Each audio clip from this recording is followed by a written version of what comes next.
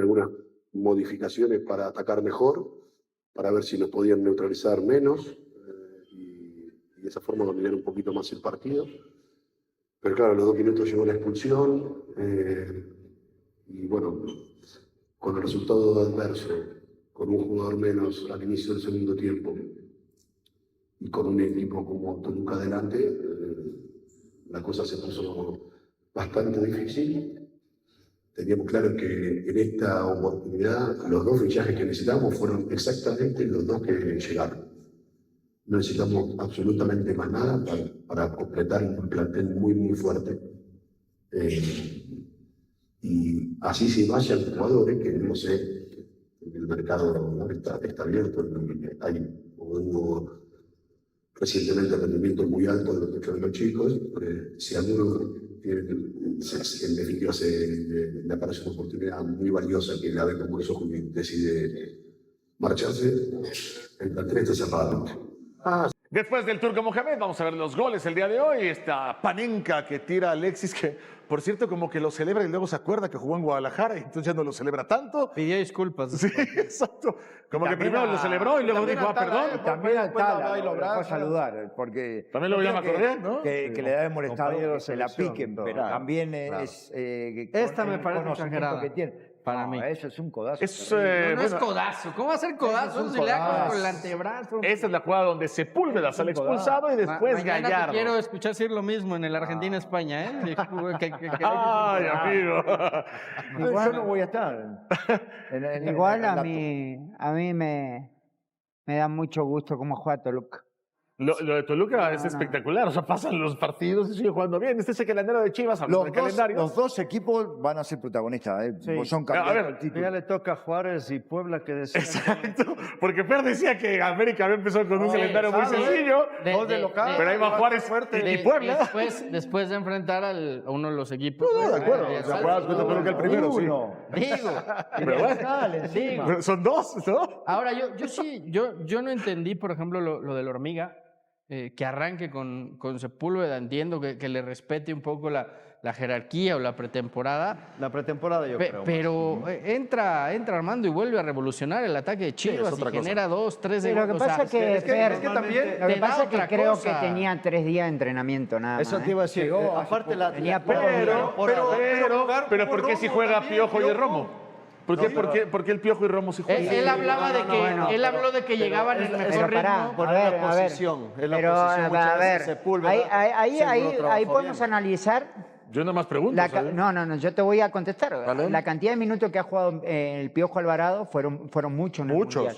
Y Armando no ha jugado mucho. De acuerdo. Entonces, Romo también. Ya viene el Romo también. Hay una continuidad en eso, que eso te permite ponerlo a jugar. Armando, con la semana de descanso, quizás, si vos lo pones de entrada, puede correr un riesgo de lesionarse. Okay. Entonces yo creo que ellos ya tenía destinado el tiempo que tenía que jugar Armando. Además, en la pretemporada, seguro que Sepúlveda trabajó mucho más, ya no es que lo conoce más, porque lo conoce ya de mucho tiempo los chicos, pues sigue con él y dice, ¿sabes qué? Lo tengo confianza, lo pongo. Y pero sí te da cosas completamente diferentes. A lo mejor entró la hormiga y se sintió otra sensación de... Es que también Fer, yo entiendo lo que te aporta la hormiga, perdón, Gabriel. Lo mata también, la expulsión de Sepúlveda ya obliga a jugar con un jugador menos, pero desde antes lo podría haber puesto también, en vez de... Sí, pero Chivas empieza a jugar mejor cuando se queda con 10, es cuando empieza a jugar mejor. Que jugó bien, el primer tiempo también fue parejo, tuvo más opciones el Toluca, pero fueron alternativas. Lo que pasa es que con la expulsión y con el gol y con la expulsión se le acomoda el partido a Mohamed, ¿no? Hace lo que mejor sabe hacer, ataque en transición Pero también, ahorita tú decías, entra la hormiga y sí empieza a mejorar Guadalajara. Y digo, yo creo que también en parte no es tanto también que la hormiga, que sí te aporta cosas distintas, pero también Milito modifica, quita la línea de 3 centrales, se acomoda mejor con la línea de 4, después entra el chico que venía Jordan Carrillo, se me fue el nombre, perdón. Que también Carrillo, y también entró en una dinámica distinta en la que no tenía Kevin Castañeda y empezó a mejorar Guadalajara. El turco ahí pone a Eliño y ya. A la contra los empieza a matar. Ahí ya lo mató. Igual también... Yo por eso quería mencionar del turco. porque el Turco sale hoy y te pone a Romero, que se metía como un tercer central y le juega No, exactamente el igual a Turco manejó Guadalajara. perfectamente. Maneja el partido Es con, lo que con sus mejor futbolistas sabe, como sabe hacer el quiere. equipo Ya del es Turco. un Como se le ha equipo- aplicado equipo durante el torneo trabajado. pasado. Claro. Así se le ha aplicado. El turco hay que Hace lo decirlo, que el quiere turco, con el el Toluca. turco es un genio. El turco hace Sí. 3 días estaba en el estadio festejando el triunfo de Argentina en Estados Unidos, viajó al día siguiente, concentró el viernes y hoy fue a Oye, ganar. es un genio al grado de que Alexis juega con Toluca lo que no juega en otra parte. Pero, ¿sabes qué? Yo no año. estoy tan de acuerdo en lo que es. Yo no me atrevería a desacreditar a Chivas porque para mí es muy condicionado por las cosas, por la expulsión. Lo que El sí, penal. el penal. Pero la expulsión fue después, en el segundo Yo tiempo. lo que sí, a ver, a mí es lo que sí me gustaría que los chicos que ya se les está tomando como un equipo y jugadores protagonistas como para el título, ya empiecen a madurar cuando las cosas están al contrario. Cuando las situaciones están adversas, a veces les gana el ímpetu por ir y para mí tendrían que ser más inteligentes. Pero es una cuestión de que están verdes, por decirlo de alguna manera, que les falta experiencia a estos muchachos, Sí, o totalmente. ya tienen que dar ese do de Sí, pecho porque ya es porque, otro tema, ¿no? A ver, el Turco nomás estaba esperando que se dejaran ir. Hubo 2 o 3 jugadas que iba el Niño, otros 2 jugadores de Toluca contra un defensor nada más. Les gana la ansiedad y el Exactamente. público también, el marco de público Totalmente. te empuja. Si Era la crees que obligación empujarte, sí, también. a buscar las- Pero yo era creo la que es obligación. parte también de lo que ha implementado Milito y de lo que son estas Chivas. O sea, perdiendo 1-0 y con uno más, Chivas fue a buscar el partido. Y obviamente dejó espacios atrás que Toluca terminó aprovechando para el 2-0. Pero no viste un equipo que dijera, bueno, vamos a resguardarnos, a Sí, aguantar. justo eso. yo prefiero un Yo equipo coincido así. con Fer y también Chivas arriesgó. No le salió. Yo no recuerdo una jugada que dentro de este arriesgar y perder esa esencia que Milito ya les ha implementado, que hayan quedado muy expuestos. Creo que al final siempre estuvieron, me juego mano a mano, sí. Voy Fue a un dejar tiro de espacio, esquina. sí. Fue un tiro de pero, esquina y pero a veces tampoco tiro de esquina te creo falta. que Chivas perdió esa esencia, es decir, me voy a desbordar desorganizado y sin importarme nada. Creo que Guadalajara, dentro de estas consecuencias del partido, terminó respetando lo que ha trabajado con Milito. Jornada 1, las cuentas las hacemos en Pero diciembre. espérense, tenemos que hacer una pausa, regresamos y seguimos hablando de mucho. ¿Qué quieres decir, Chaco? Vamos a pausa. Eso, vamos a pausa. Estamos en vivo y ahorita nos vamos hasta Nueva York porque hay que saber qué está pasando con España y con Argentina.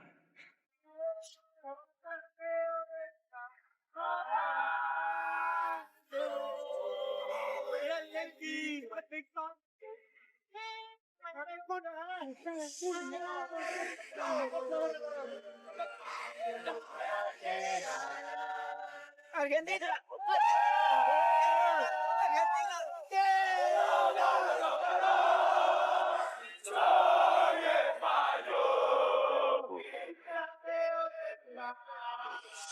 Vamos España, 2, segunda.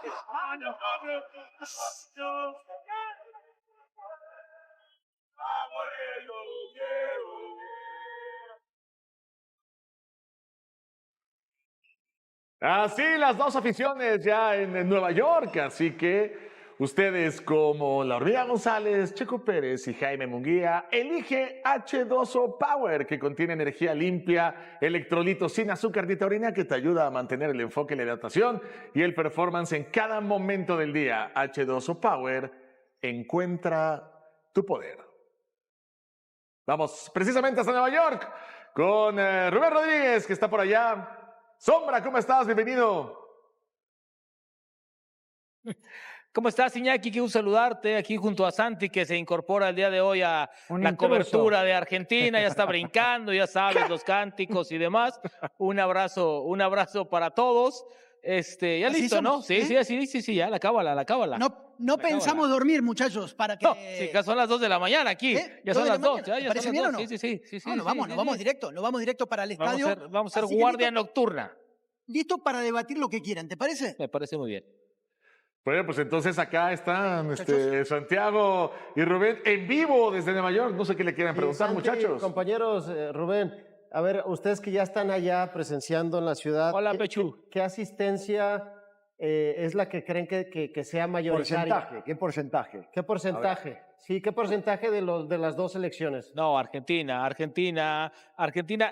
traído más gente a la Copa del Mundo, afición.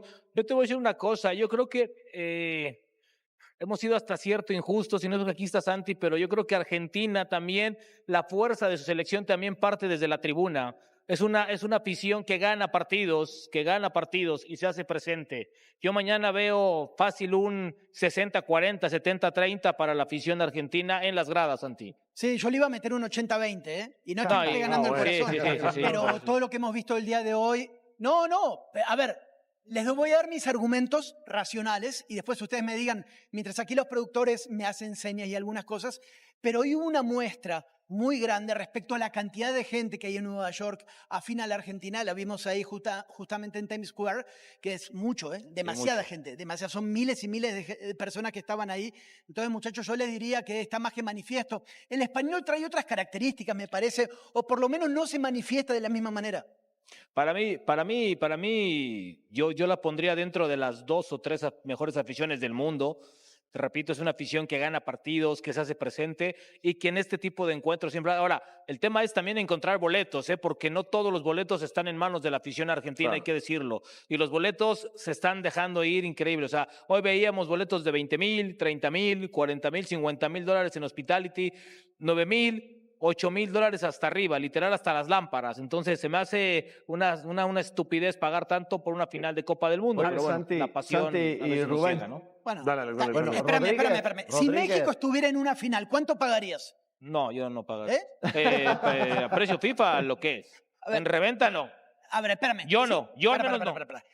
No, tú no, pero si por un partido Inglaterra-México en el Estadio Azteca hasta arriba estaba en 80,000 pesos, imagínate una final del Mundial. Pero son 4,000 No, dólares. pero bueno, son 4,000 dólares. No, no sé cuánto ha pagado Fer Ceballos por una final del Mundial de Clubes de las Chivas. No, ¿Cuánto pero pagaría? a ver, Santi Sí, que no, que tampoco. Santi y Rubén, ustedes que están ahí y tienen Hola, Alex. la sensibilidad con la gente, ¿está muy confiada la gente argentina en que van a ser campeones otra vez? ¿Bicampeones? No. ¿No hay confianza o no hay exageración? Mira, esa es una discusión, Alex. ¿Cómo están, muchachos?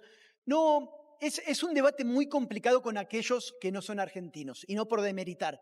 Pero lo decía hace un tiempo, el argentino se siente que después de lo que representó la final de Qatar, el campeonato, más lo que fue eliminar a Inglaterra, está jugando mucho más suelta. No significa que no quiera ganar, pero está con una confianza y una tranquilidad que pareciera que se hubiera quitado la mochila de 200 kilos de piedras, Alex.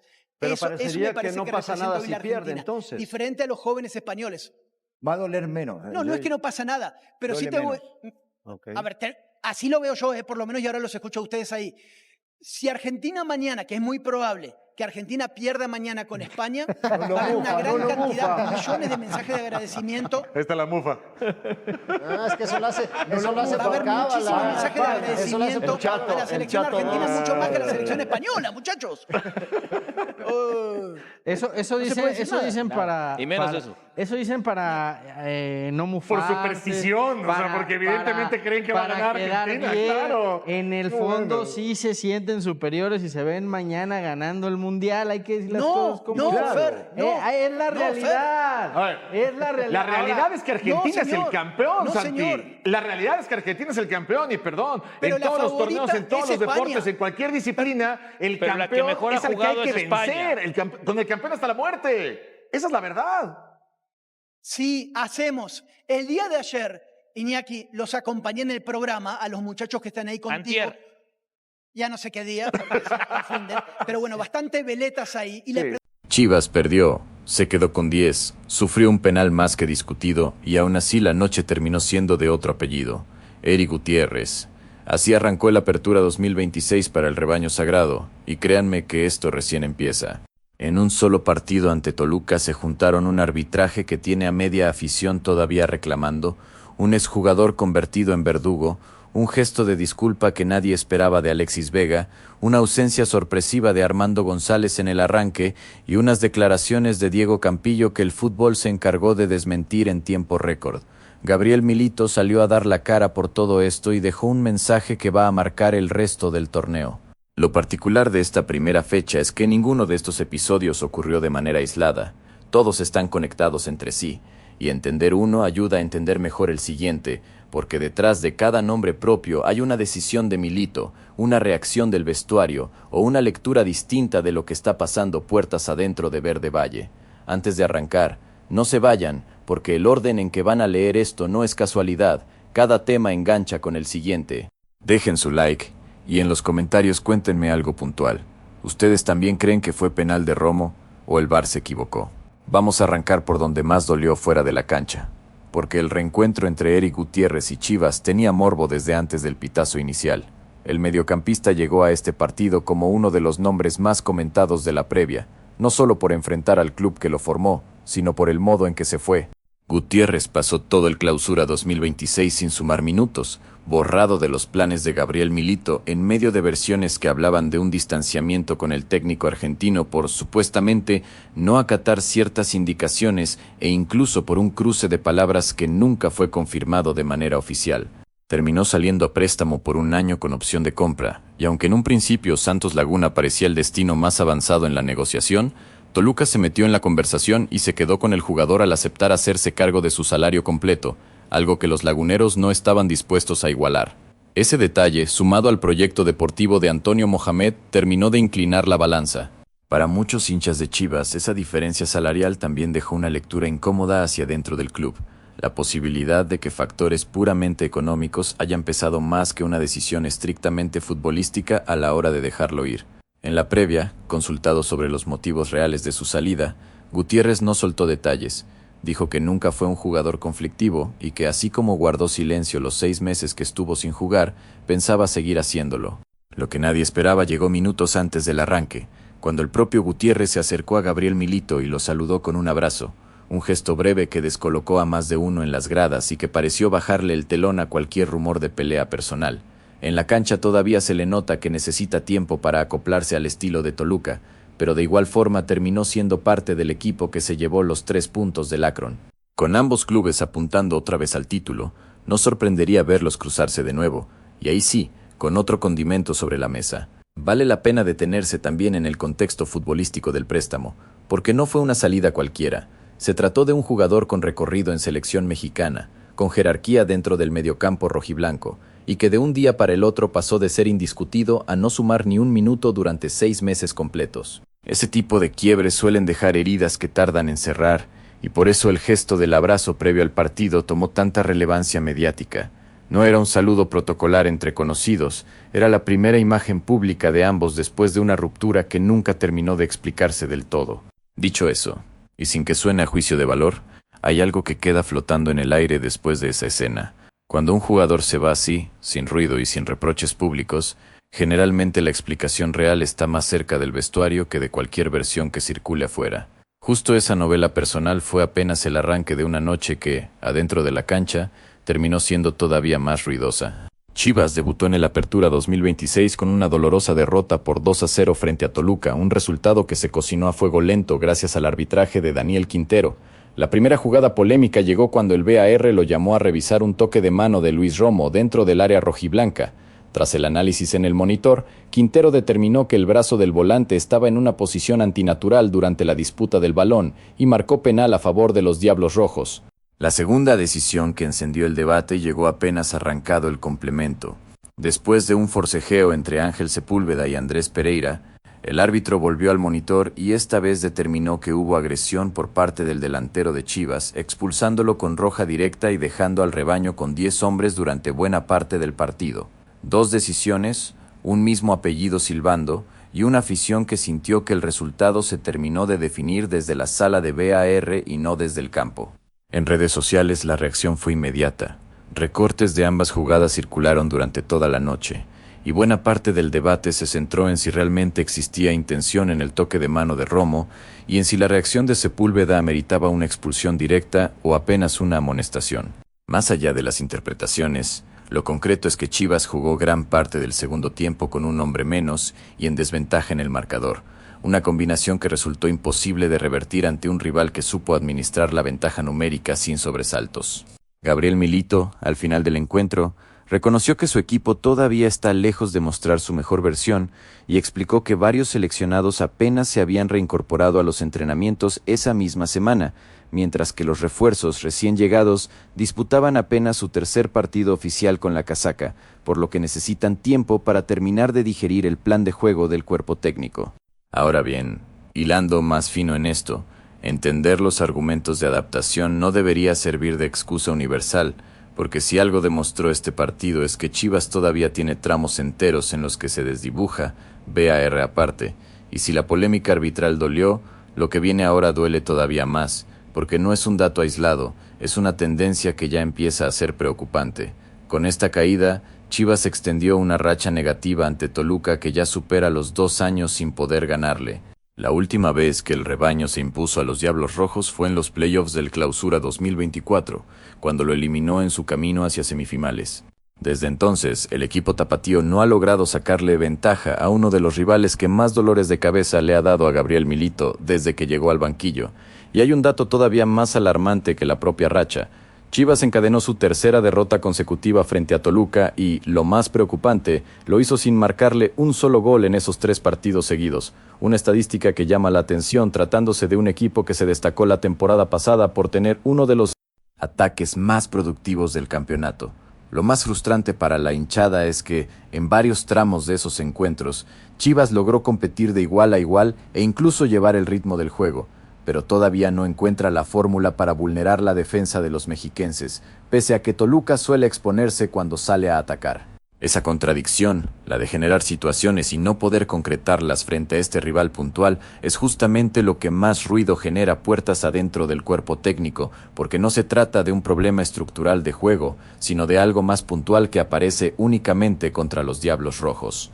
Por esa vieja rivalidad y por el nivel que exhiben ambos, no sorprendería que se vuelvan a cruzar en la liguilla de la Apertura 2026, lo que sería la prueba de fuego definitiva para Milito frente a uno de los rivales más incómodos que enfrentó desde su llegada a Guadalajara. Conviene recordar además que esta no es una racha aislada dentro de un torneo flojo. Chivas venía de construir una identidad ofensiva bastante marcada, con un equipo que llegaba con volumen de juego y que lastimaba por las bandas, así que la incapacidad de convertir ante Toluca en 3 partidos consecutivos contrasta fuerte con esa imagen reciente. Aquí, sin vueltas, hay que decirlo tal cual suena. 2 años y medio sin poder ganarle al mismo rival ya no es mala suerte, es un patrón, y en algún momento el propio plantel va a tener que hacerse cargo de romperlo, no solo el resultado del próximo cruce.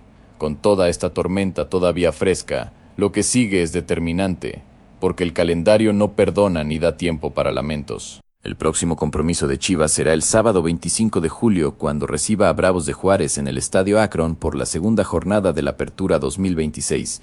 El partido está pactado para las 17:07, horario del Centro de México, y se transmitirá en exclusiva por Prime Video. Lo curioso es que ambos equipos llegan urgidos. Juárez también perdió en su debut, en su caso frente a Puebla, así que este cruce se convierte en un partido de alta exigencia para las 2 escuadras que van a salir a buscar su primera victoria del certamen sin margen para quedarse rezagadas tan temprano.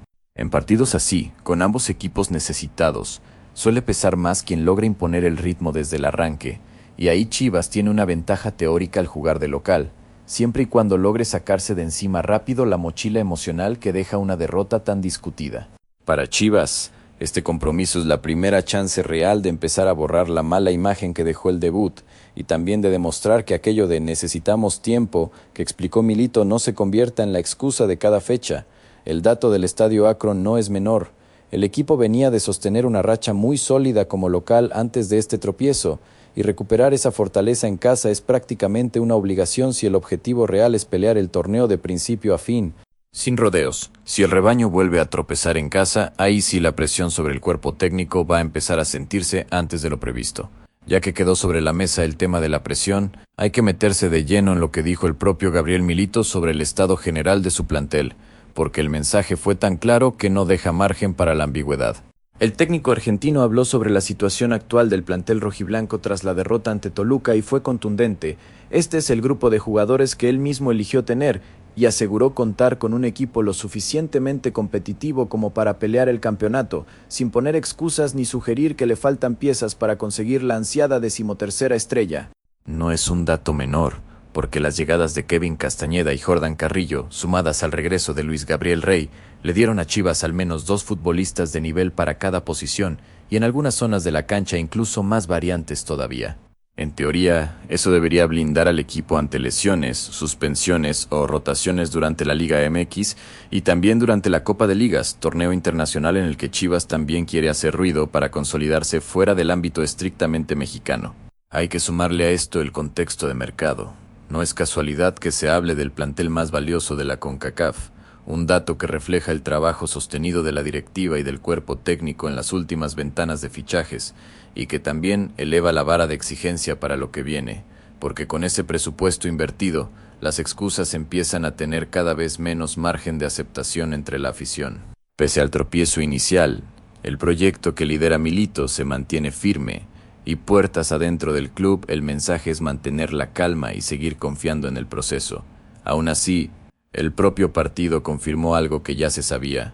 Los dos obstáculos más grandes de Chivas siguen siendo Toluca y Cruz Azul, los últimos dos campeones de la liga y los equipos que más problemas le han generado al técnico argentino. Si Chivas quiere el título, tarde o temprano va a tener que demostrar que puede superar a los dos. Vale la pena remarcar que este no es un desafío nuevo para el técnico argentino. Desde su llegada, Toluca y Cruz Azul funcionaron como una especie de termómetro real de dónde está parado el proyecto, más allá de lo que se pueda mostrar contra el resto de los rivales del campeonato. Dicho en criollo, discurso fuerte, plantel de nombre, pero hasta que no le gane un partido de verdad a Toluca o a Cruz Azul, todo esto sigue siendo una promesa en el papel.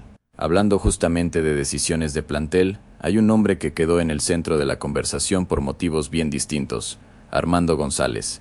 Que la hormiga arrancara en el banco generó ruido entre los aficionados, sobre todo considerando el nivel que venía mostrando en sus últimas presentaciones. En conferencia de prensa, Milito explicó que González no fue titular por una cuestión de ritmo de competencia y no por un tema físico, ya que el atacante apenas había sumado 15 minutos de juego en el Mundial de Clubes durante los 2 meses previos al arranque del torneo. Esa falta de continuidad terminó pesando más a la hora de armar el equipo que cualquier percepción sobre su estado físico. El entrenador señaló que otros futbolistas estaban en mejores condiciones para arrancar, por lo que prefirió reservar al delantero y esperar el momento indicado para reincorporarlo por completo. Esta explicación, además, encaja con un patrón que Milito viene repitiendo desde su llegada: priorizar el ritmo de competencia por encima del nombre o la popularidad del futbolista, algo que ya había aplicado con otros jugadores en decisiones similares durante torneos anteriores. Entendida en ese contexto, la decisión tiene bastante lógica futbolística, aunque también deja algo claro: a Milito no le tiembla el pulso para tomar decisiones impopulares si cree que benefician al funcionamiento colectivo.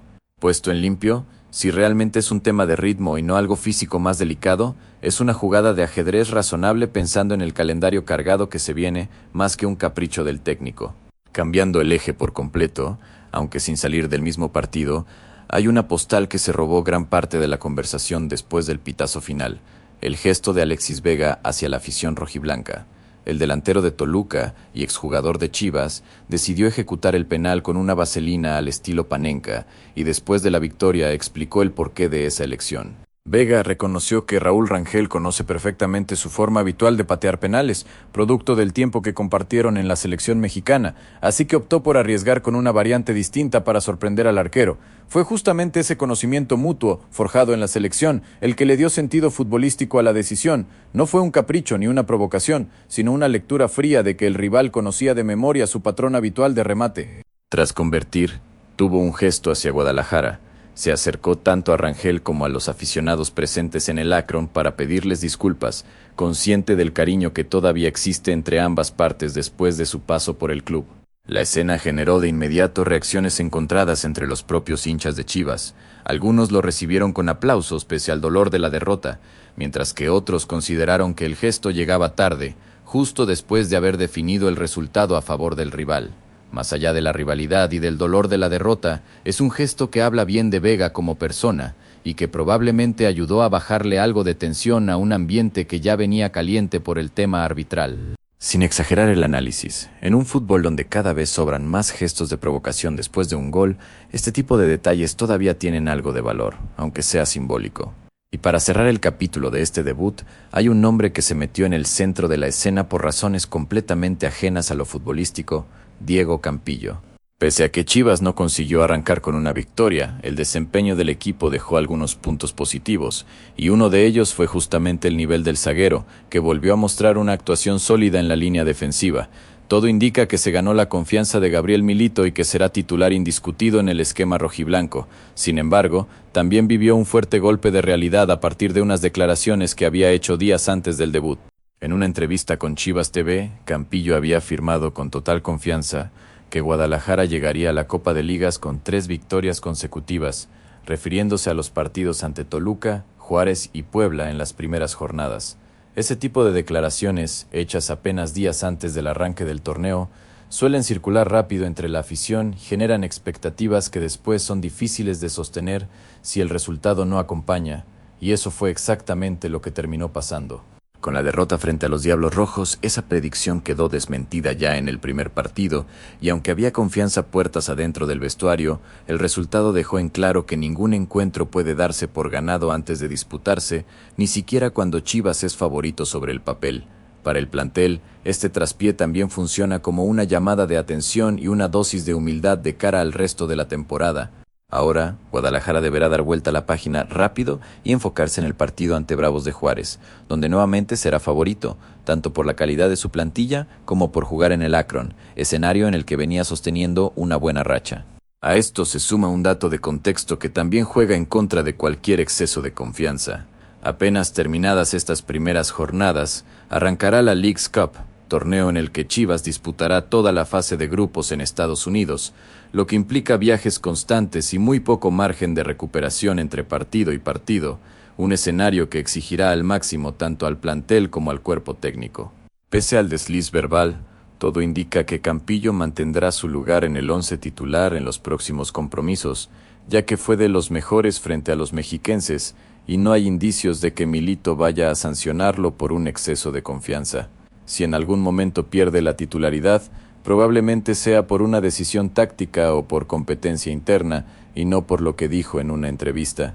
Sin ánimo de sonar duro, pero hay que decirlo, en el fútbol, adelantar resultados en voz alta casi nunca sale gratis, y Campillo lo acaba de aprender de la peor manera, apenas en la fecha 1. En definitiva, esta primera jornada de la Apertura 2026 dejó mucho más que un simple resultado adverso para Chivas. Entre la polémica arbitral, el regreso de Eric Gutiérrez al Akron, la racha negativa que ya pesa más de 2 años ante Toluca, el gesto de Alexis Vega hacia la afición, la ausencia de Armando González en el arranque y el golpe de realidad que sufrió Diego Campillo, el rebaño sagrado tiene varios frentes abiertos antes de recibir a Bravos de Juárez el próximo sábado. Cada uno de estos episodios, tomado por separado, podría pasar como una anécdota más de una fecha cualquiera, pero juntos arman un cuadro bastante claro de en qué momento está el equipo, con jerarquía de sobra en el papel, pero todavía sin encontrar la versión más sólida y consistente que Gabriel Milito viene pidiendo desde que asumió el cargo. Gabriel Milito ya dejó claro que no piensa buscar excusas y que confía plenamente en el plantel que armó junto a la directiva, así que ahora le toca al equipo demostrarlo dentro de la cancha, empezando por romper esa mala racha de rendimiento en el arranque del torneo. La pregunta que queda picando es si Chivas se repone rápido de este golpe inicial o si esta derrota termina siendo apenas el primer capítulo de un torneo más complicado de lo que todos esperaban en Guadalajara, y esa respuesta la vamos a empezar a conocer ya mismo el sábado ante Juárez. ¿Ustedes qué opinan de todo lo que dejó esta primera fecha? Los leo en los comentarios y no se olviden de quedarse atentos porque en el próximo video vamos a contarles cómo le fue a Chivas en ese partido clave ante los Bravos.